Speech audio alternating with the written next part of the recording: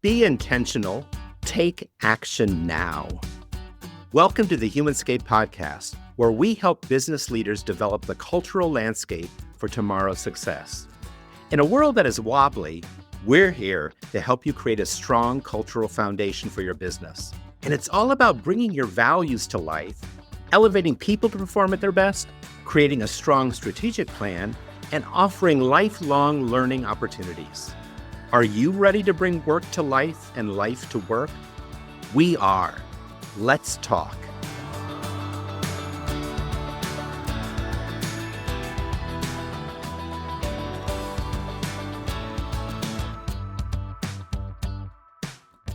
We're back with another episode of the Humanscape podcast from HumanWorks 8.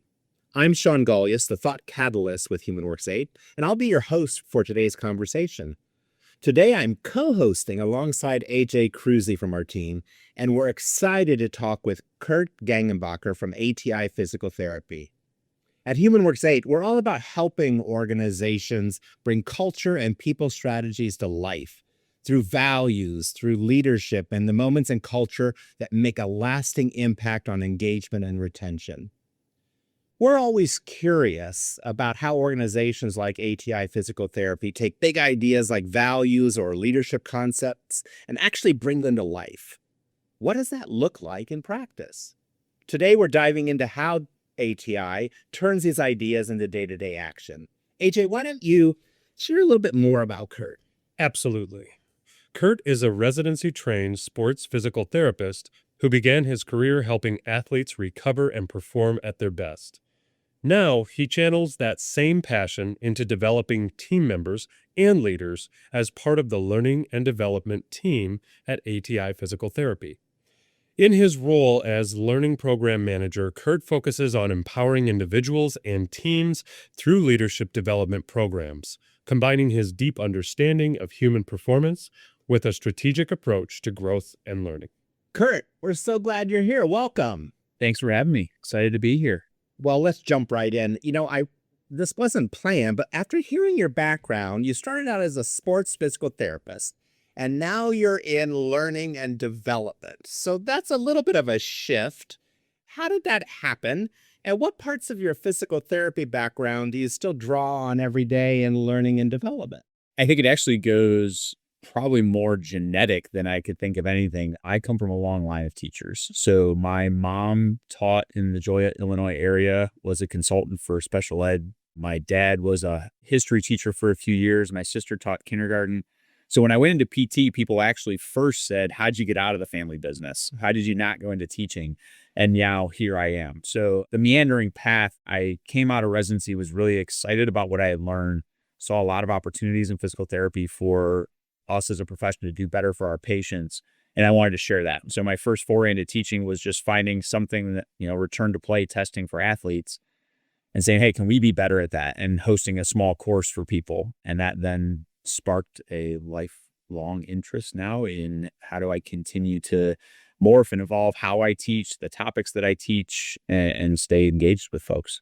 Well, we always like to start with a framework and philosophy we use at HumanWorks 8 called the three parts of the mind to really understand people well across their cognitive, their affective part of their mind, and then the cognitive part of their mind. So in doing that, let's start with how you think. What's something you really had to know or be smart about, Kurt, in order for you to be successful in your work? It's hard for me to put a label on any one thing. I am big on the process of thinking, actually. So that is something I go very deep on. And one of the books that was a recent favorite of mine was Thinking Fast and Slow. And so how do people learn? How do people think? And my wife always laughs at me because she goes, I can't believe that's what you read. Like, how do you not read for pleasure? I go, this is pleasure for me. Like, I love reading this stuff. Like I tie it into my work. I tie it into my kids, but I can see how it applies to them and how they think and how they process. And when I'm asking them to do something. So that's where my mind goes when we talk about that. I like that, Kurt. And I like that idea that no one is wired the same way cognitively in how they think or what they want to be smart about or what they want to learn about. And and what we each know. So really understanding that piece of somebody is really important for their success as well as success in an organization. So that's a great one. How about affect? Yeah, something effective. Let's learn something about your personality a little bit, Kurt. Think about yourself. Think about your style, your way of interacting and working. If you had to describe your work style like a sport or an exercise, what kind of analogy would you make? What's your working style like? If you put it that way, it's going to be probably a marathon. I go a mile deep on a lot on the topic. I like a lot of detail. Now, that's one of the things I've had to be getting a lot better at through my career is how to find times where that's the right call and find times where, okay, you have enough and let's go back to the shop and put something together and put it in front of the person again. Knowing there's a bunch of other questions I have, how do you position it to then be able to get those answered? Because business is quick and sometimes you got to be able to put things together quickly and people don't have a ton of time. And so do I have enough to start on a path to be able to answer the questions later on? But my preference would be, all right, let's buckle in and let's spend hours together and get into the weeds and get the details. And then I can go back and I can spend hours processing and putting something together for you. I love it. The long distance runner marathon. I hear that. I hear a lot of preparation in that too, which I think would be apropos of a marathon runner. And then, Kurt, I know you spoke with AJ earlier about this third part of the mind, this conation, this piece that we are experts in around that using an assessment called Kolbe and helping people understand if you are free to take action your way, how do you jump in? What feels best for you? What gets you in the flow? And if you think of that for yourself, how would you respond? Where do you start when working on a project, when you're striving to get something done, Kurt? I start with the end in mind. So what do we want out of this? It's not that I'm going to jump right into the action side, but I want to know where the direction is so that I know we're going the right direction. So when I'm putting something together, it's going to be at least directionally accurate. It's not maybe going to be exactly what you wanted, but it's got flavors of what you wanted in it. So starting with the end in mind and trying to figure out, okay, what's good look like when we're done with this? What if the people that are taking this course or reading this job aid that we're putting together, what are they thinking, feeling, doing at the end of reading it? I love that. And I love how you just said, what are they thinking, feeling, and doing? Because those are all the three parts of the brain that way. And it's something that if you're really looking at people well, considering all three parts gets you the best success, where people are adding their greatest value. And I love how you sum that up. Shawn, you mentioned Kolbe. It's how we get that idea of a person or summarize all three parts of their mind. That's our assessment. That's how we measure. Do you use anything, Kurt, at ATI there to get to know or understand people better? We use Kolbe. Do you have any measures or assessments that you use? Yeah, we haven't had any real formal assessment tools that we utilize. We do have, we encourage folks to do self-assessment. And so we leverage really three different models in our leadership framework, thinking about the environment they create. So what's the trust level that they have with the people around them?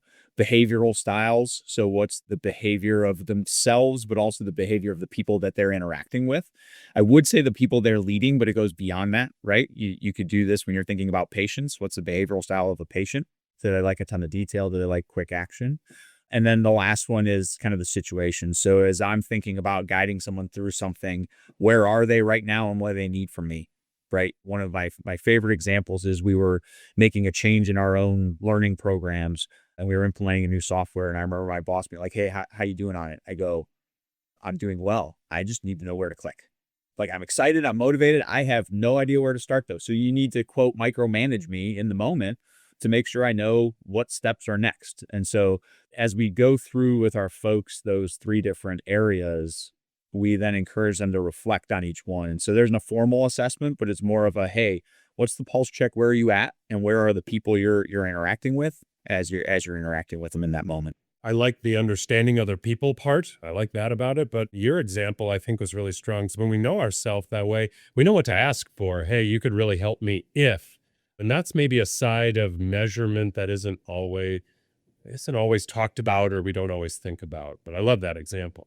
You know, when we talked before this conversation, Kurt, you had shared that a couple of years ago, you rolled out ATI 5 new organizational values. And since values are at the foundation of everything we do here at Human Works 8, I wanted to know a little bit more about that rollout at the national meeting. You gave employees a chance to discuss them, find ways to make them meaningful. Can you tell us about what are the values, what it looked like in the rollout? What were some best practices that you thought had impact for that rollout to be a success? Because our listeners are always trying to bring values to life. So I would love to hear it from that ATI lens. So we had an original group of them, and about 2 years ago, there was a team that said, let's renew those. Are they right? And is there anything we would add or take away? And so the ones that were settled on amongst a committee of individuals, a lot of our senior leaders, and also all the way down into the clinical level. So they had folks from all across the org weighing in on it. Not everyone, because that would be a lot and really hard, but representatives from every level. Trust. The next one is patient customer care. Another one is excellence. Another one, collaboration. And the last one is innovation. And so trying to hit these 5 core values that really sum up who we are, what we need to be going forward. And it was really nice to be a part of the team that, I wasn't in the room when they were decided on, and the learning team that was trying to help roll them out, hearing about them and then trying to integrate them into an event. And so we have a leadership event that we hold in some format every year. It kind of wavers between whether it is all of our clinic directors or all of our district directors. So various levels might be involved. The one that had this was about 900 people were at the event. And so it was multiple rooms, and the individual that put the content together, one of my colleagues, did a masterful job of, all right, let's tell them what they are. Let's get some initial reactions. And then let's get into an activity of what that means. Because those words are great as a starting point. It doesn't tell you what are the behaviors, what are the things we're going to do to exemplify that. And so they spent time at tables, 10 folks at a table, going through with little notepads and writing down, okay, so what is a behavior that's going to drive innovation, that's going to drive collaboration, and putting those things onto larger notepads that were kind of the subject header and saying, all right, here's all the things that we think it is. And so it was really cool to see all of these leaders come together with these different ideas that they had. And I think what was really impactful to me was we have clinics across the country. We're in over 20 states, 24 states, I believe at the time. And we have about 850 clinics. So each one of those is going to have a little bit different flavor, but directionally, they're going to stay consistent with when you walk into an ATI clinic, you see some level of those 5 things exhibited. And each leader, then each clinic director is responsible for, all right, how do we make that happen as a team? And as a new team member comes on, how do we talk through the core values and how we exemplify that? And what are the behaviors we see that drive trust, patient care, excellence? What is that? Because it's one thing to say, well, we're going to be excellent. Okay, great. My version of excellence and your version of excellence may be different. So let's align on what that means.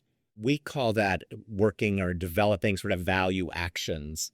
And what you did is a practice we believe in wholeheartedly, because I think one of the, I don't know if you found this, something that we find that really sort of shines a light on values is the way somebody may do a value in finance could look differently in a customer service department, could look differently in a business development department. So it's not a one size fits all when it comes to that action in your department. And I think organizations that take that time to have 900 people really sort of break out and think well about it, they're on the right path and laying that foundation on really seeing them come to life. Did you find that in your discussions? Yeah. So 2 things to react to in there that I love is exactly what you said, and neither are wrong, right? Just because it looks different doesn't mean either one's wrong. Both could be versions of excellence or patient care. I think the other part of it that I love in what you said was they're on the right path. It's a false narrative to say you come out of an event like that and you go, we got it. We're going to nail all 5 of these 100% of the time and we're perfect. Like, we're human. Like, we're going to have to continue to work on how do we continue to live up to those behaviors and continue to fine tune, because you're going to have additions to the clinic and that's going to now change the dynamic. And how does that exemplify now? How do we redo this? So I love that. Yeah, I think when you mentioned 850 different clinics, that struck me, Kurt. So you're trying to create some consistency across 850 clinics. And I imagine you're leaning on leaders to do that or help you bring that in. So I just wanted to ask you around working with those leaders or helping those leaders have the freedom and flexibility to find their way into those values while still keeping some consistency across all these different locations. Has there been a way you found working with leaders that helps you build that consistency while still offering some autonomy and some freedom? The recommendations that we give and where we go with our leadership development is around the phrase clear is kind, right? So what are the expectations? What are we expecting of folks? I think something you mentioned earlier as well is don't be afraid to ask for what you need. If you have something that you need, go to your leader and ask.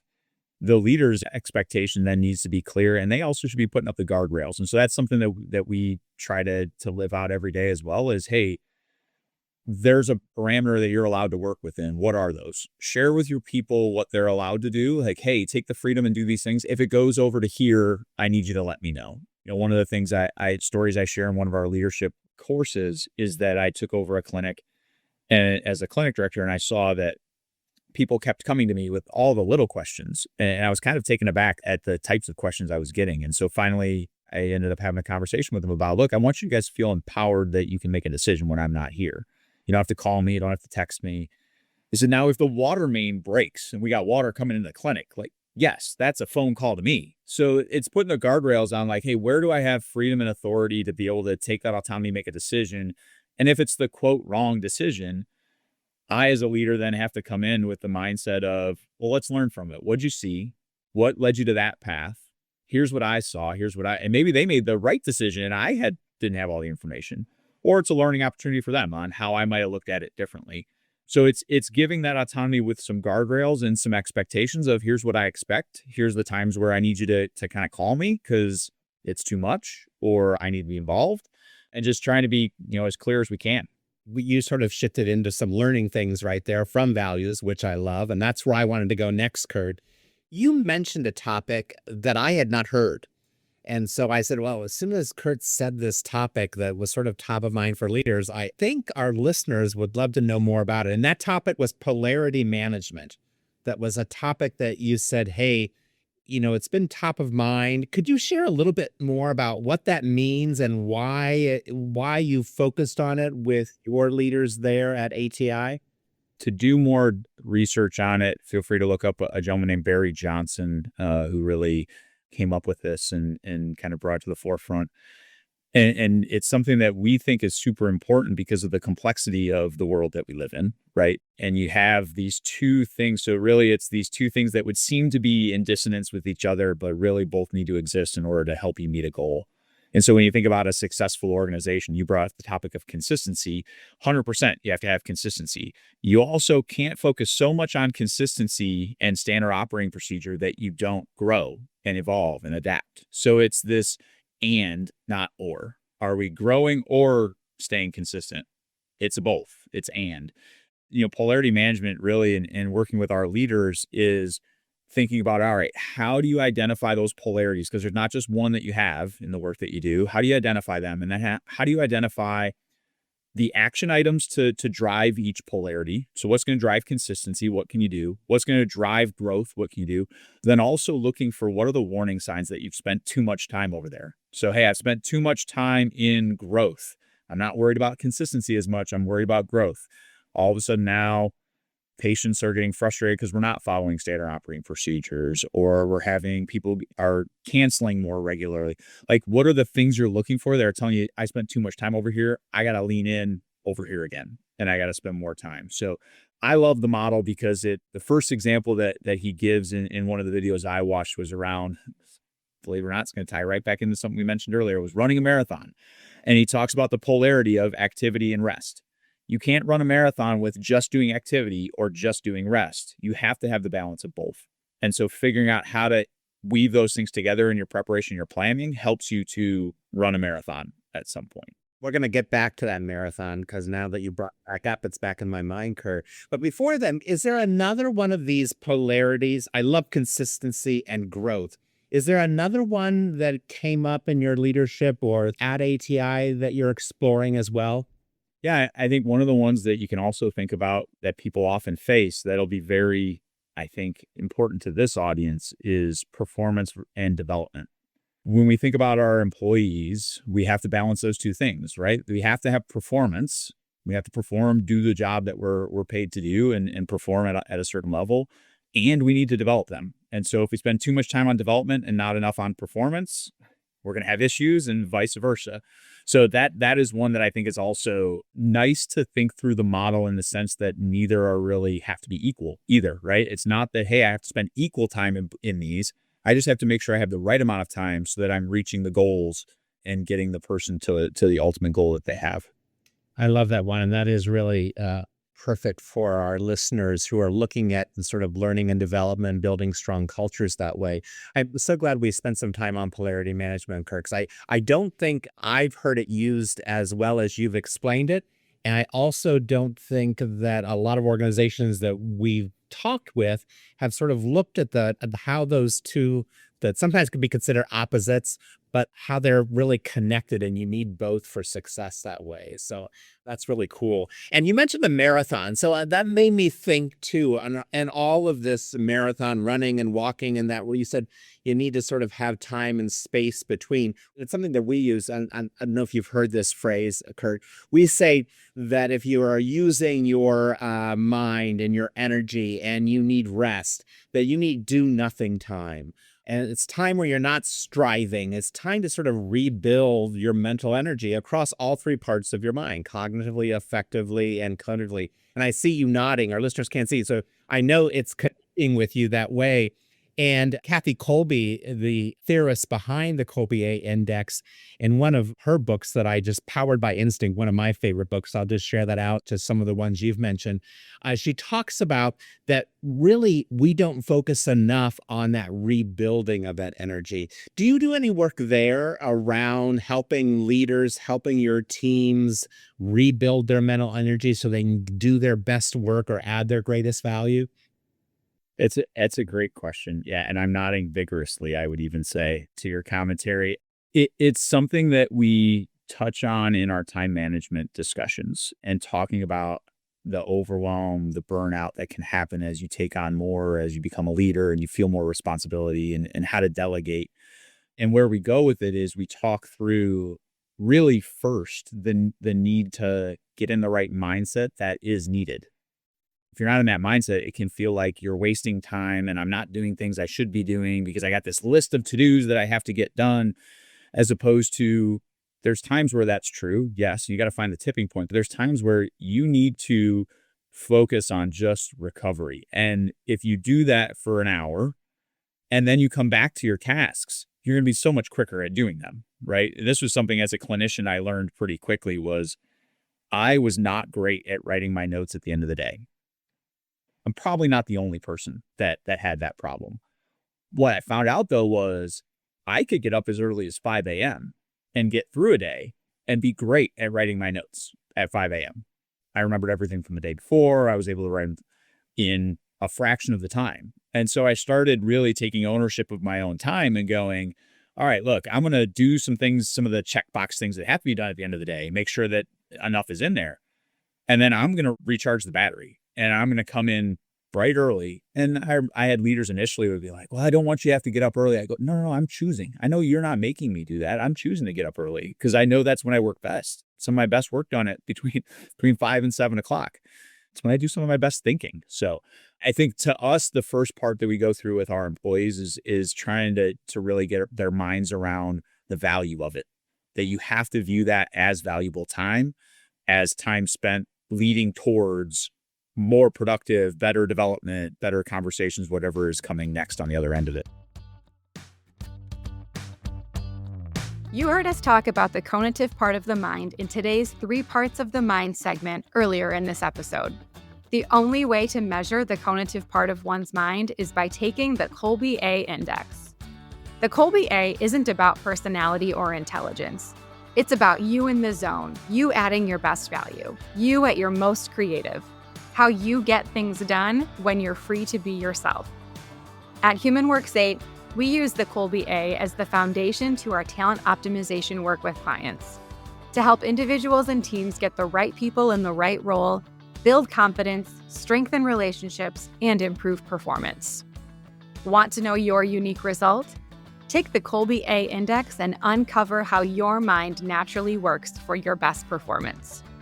Visit humanworks8.com/Kolbe, Kolbe, to learn more. I hear an affective hurdle in that. Although I do think the sports analogy should hopefully work for physical therapists. Hey, recovery time. We coach others to do it. Let's do it ourselves. But I hear an affective hurdle in that, Kurt, and that's that thinking or feeling like I've got to do this or this is how it's got to be. What's the better thing for me? Sometimes I think our desire or want to can get in the way, and you found your way through that. And one thing about that too, I heard your leaders may have said, "Oh, but that's not." It's sort of like it's against the normal or whatever. But I love that they gave you the freedom to do things your way. That's what Kathy Kolbe would say. We're at our best if we can have the freedom to do it our way, and it may not look the same as far as what each individual needs to give their best work, to put their mental energy across all three parts of the mind on a task, to attain something, to strive to get something done. To piggyback on that, it ties back into something we talked about earlier, where the other part of the conversation they had with me was the parameters. Sounds good as long as your notes are done by 8 a.m. when the day starts. And so it was a full mixture of the whole thing, right? Autonomy for me to do it, but they gave me the guardrails of, yes, and we need this met to make sure you can continue. Like, yep, loud and clear. Got it. It's a lot easier to meet an expectation when you know what it is. Surprising how that works, isn't it? Isn't that amazing? I might have one more polarity for you, Kurt. I was just thinking about this, and here's one that's on my mind, because I think it's one that a lot of our listeners and organizations we work with, especially those with more than one location, might be wrestling with. And here's what it is. The idea of our local goals, priorities, having to feed or connect with the more global as far as that goes. So I want to talk with you about this because, again, 850 clinics, there's so many different locations and people sort of spread out. I imagine each clinic has its own goals. Each clinic has its own targets it's trying to hit. At the same time, at a global level, I would also imagine the organization has global goals and global targets that each one of those locations are feeding into. As you've been working, alongside leaders and you probably seeing both levels, both the local and the global. One of my questions or thoughts was just, how do you help make sure everyone actually stays aligned and you can have some consistency? There's that word again, some consistency in your operations just in general in an organization with that many locations. What kinds of things have helped you do that? Or what have you seen worked well for having multiple locations and being able to serve both the local while contributing and supporting the global? Yeah, I love that you mentioned it as a polarity, because I think that's one of the things that we're really working with our people to help them understand is it is both and. It is you are serving the community and we have a way that we do business now. And then as things change, we bring new things in. So telehealth is now more prominent, right? So how do we bring that in? And we aren't just staying with one, we're doing both and now. The times that I know we've been really successful as an organization at doing what you're describing here is when we've had really good alignment from the top down of how do those local goals really feed into regional goals to national goals. And there are going to be other things that the higher level leadership are looking at for the future that may not be on the goals list for the clinics, right? Because they're responsible for looking at the direction and strategy for the company. And the clinics can't necessarily worry about that right now. They're going to need to know as change management occurs, but in the immediate time, they may not need to know that. But knowing how their goals align and roll up through our senior leaders from a national level is when we've been doing it really well. And I'll be the first to acknowledge that, look, we're human. So there's times where we don't get it well. And we go, all right, hold on. Let's debrief. Let's figure out what we could do better next time.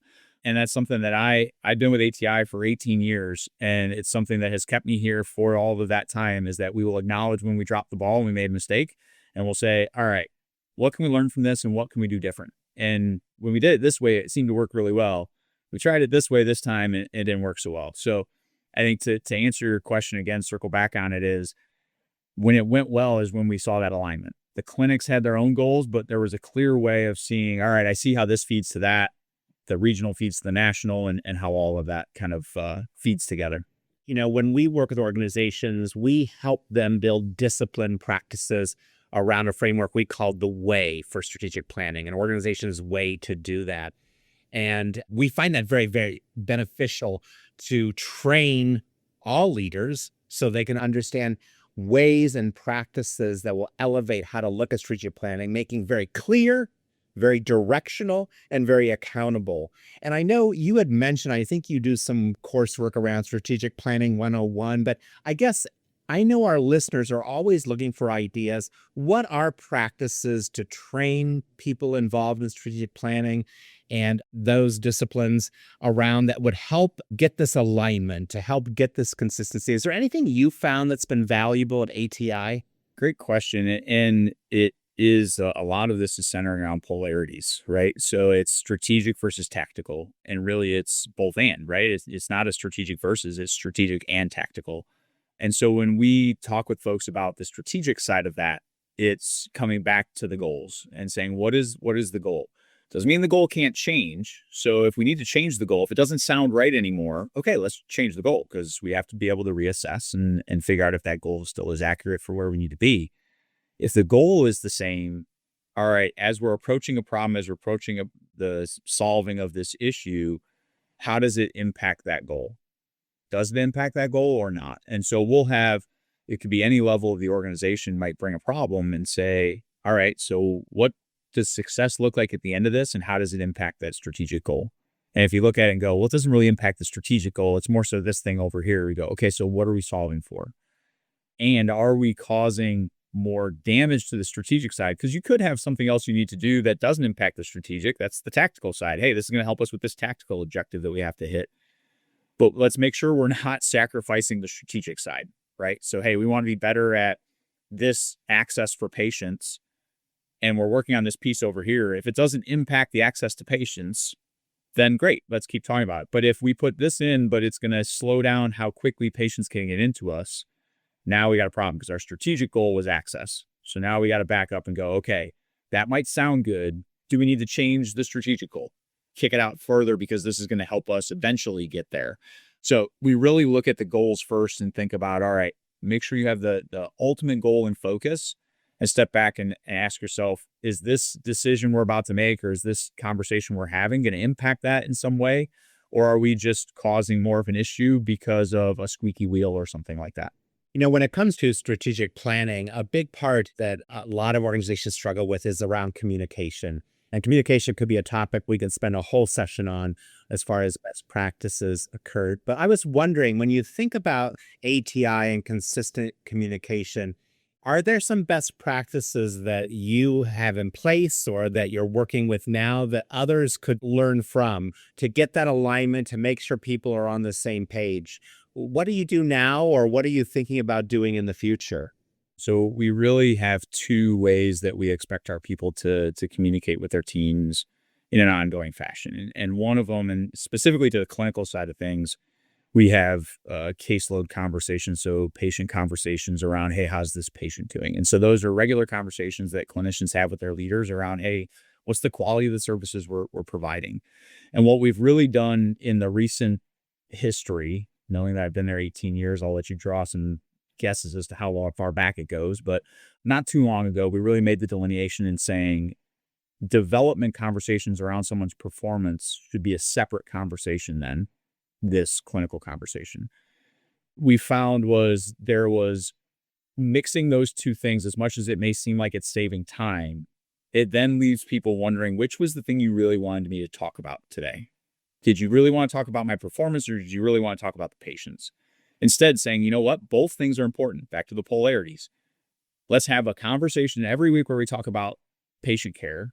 And then let's have a conversation. It may not be every week, but depending upon the person. And this comes back to what we talked about, the situation side of things. If I'm a new employee, it's probably every week. It might be a couple times the first week, just to like, hey, what do you need from me? How am I performing? How am I doing?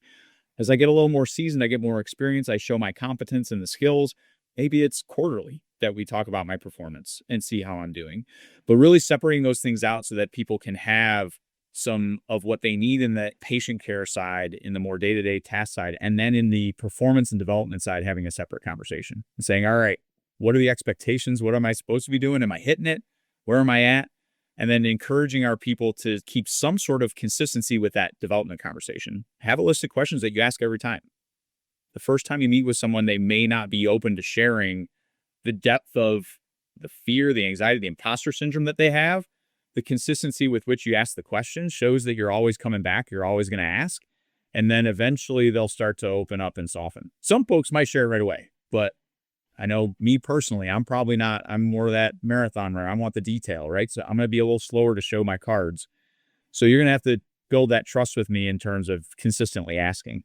And I hear that core value of trust coming right back around as part of a leader's learning or a leader's growth. And then that personal relationship, it makes a lot of sense, that one-to-one that's happening right there in the clinic or, right there in the facility. I want to lean into the way you can touch that from your role. So let's talk a little bit about what you do and how you impact leadership training, development based on your day-to-day, Kurt, if that's okay. Leadership development, as important as it is for a million different reasons, can lose focus, can lose energy, can lose time in any organization. How you've driven or led in a way to sort of get more energy and time focused on that. What's the learning culture like? And what have you been working on building there at ATI over your 18 years? I know not all in the same role, but over your time sounds like being a leader and now having the opportunity to impact a lot of other leaders. So it's kind of interesting that you made a little bit of a joke there about this is the role that I've been in the longest at the organization. Moving from therapist to clinic director into our clinical excellence team, this is the role I've been in the longest here at the organization. So I think the thing that I keep coming back to, and this is just me as I sit down at my computer in a day and I'm thinking about what I'm working on and what I'm trying to improve in the organization, is truly it's not mine. It's not mine. I am trying to help the organization build better leaders. So I need to know what the organization wants from their leaders. And so trying to think of the other side of who is my audience, who are the people that I'm working for, to try and build what they need. And so asking those questions regularly to say, all right, here's what our curriculum looks like. Here's what we teach. Well, is this meeting the need? Where's the gap? Here's something we've thought of adding. Here's what I'm hearing from you. So somewhat regularly trying to check back in on that. And the cadence is something that evolves depending upon the dynamics, within the clinics or in the external environment as well. To say, is it annual? Is it semi-annual? Is it every other year? So I think that's really where my mind goes to is I am part of a team that really helps to deliver this content and meet the need of our key stakeholder, which is our potential leaders in the field. So for someone who's been hired as a leader at ATI, what's a learning journey look like for a new leader coming into the organization? Give us a sense of what someone's going to experience if they're part of your program. So how much time do we have left? Because we could go for hours. I'll give you the shorter version of, we really have a multifaceted approach of core content that our ATI Academy, which is a team that I'm a part of, delivers to try and help with some of the philosophy side, some of the theory of leadership. We then also have more tactical things. We have courses that are provided from some of our HR team members that are more around, all right, beyond the theory, what do I actually do when I have an employee issue or I have a patient complaint, or what are the boxes I check and how do I do payroll, all of those things, so the tactical side.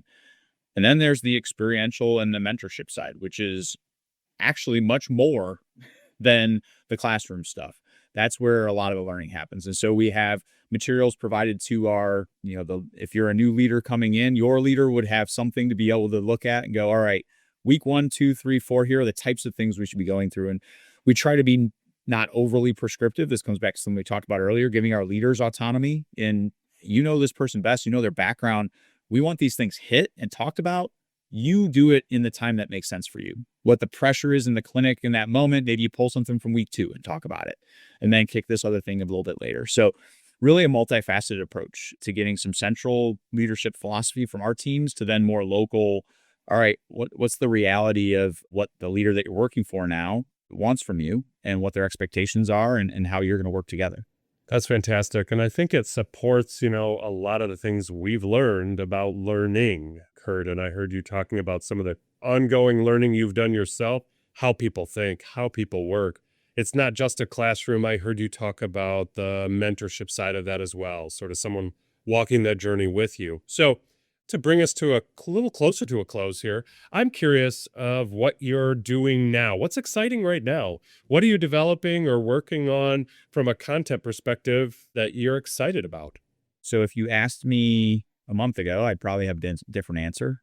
What I'll share with you now is that I'm excited that we are bringing our leadership. So previously our leadership content was broken out by departments, or, our corporate teams had one, clinic directors had another. And we're really bringing all of that together to say, look, we're talking about leadership theory. We're not talking about specific examples. We get into some of those things, and so we're going to weave those in, but really trying to bring everyone together to say, look, these are the leadership philosophies that we believe in across the organization, regardless of what role you're going into. If you're a people leader, here are the things that we want you to know. The reason I'm so excited about that is not because it might be a little bit less work because we have less things going on. We're going to have one cohort of people going through it. Beyond that, it is all people being together to get to know each other so that we can start breaking down and continue to break down the potential silos that can form. Because in the end of the day, when you talk with someone and they're like, oh, this happens at all large organizations, that team doesn't know that we're working our butts off over here. And when you pause, you go, there's some emotion there, right? Let's process that emotion. Do you think they want to make your life harder? No one says yes.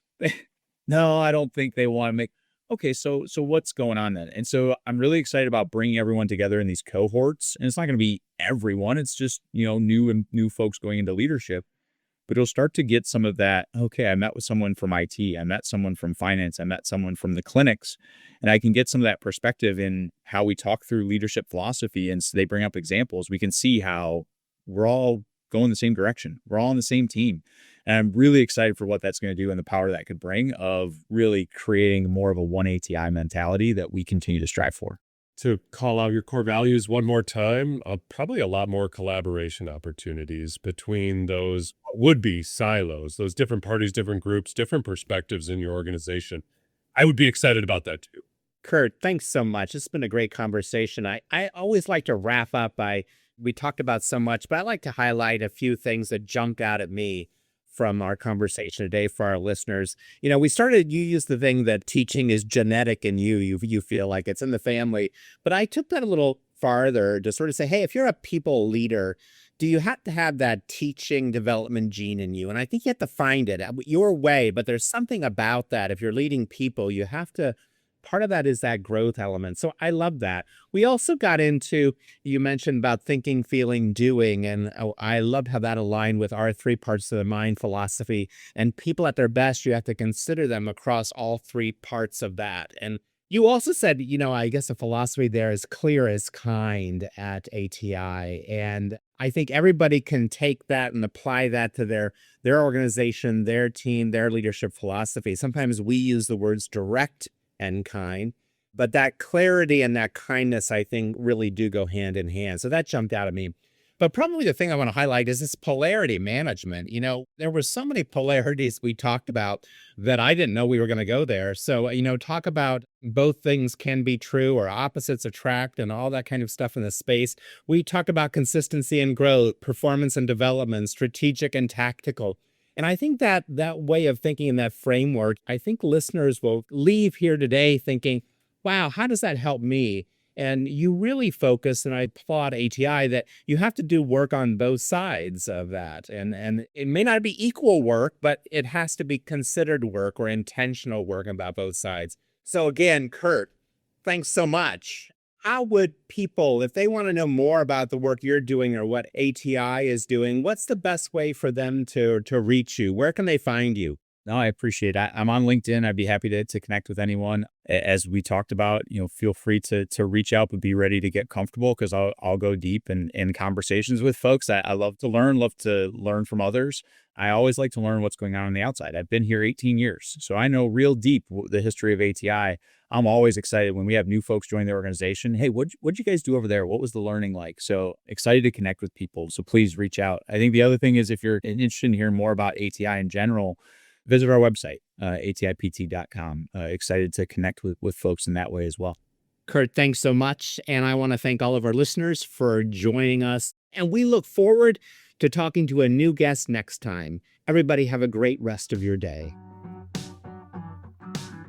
We look forward to you joining in the conversation next time. Remember to subscribe to the show wherever you get your podcasts and learn more at humanworks8.com/podcast. And if you want to know what I'm wondering about each week, subscribe to my Wondering Wednesday newsletter on LinkedIn.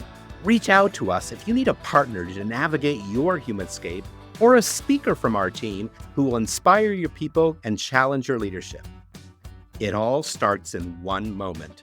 Let's bring work to life and life to work together. You got us.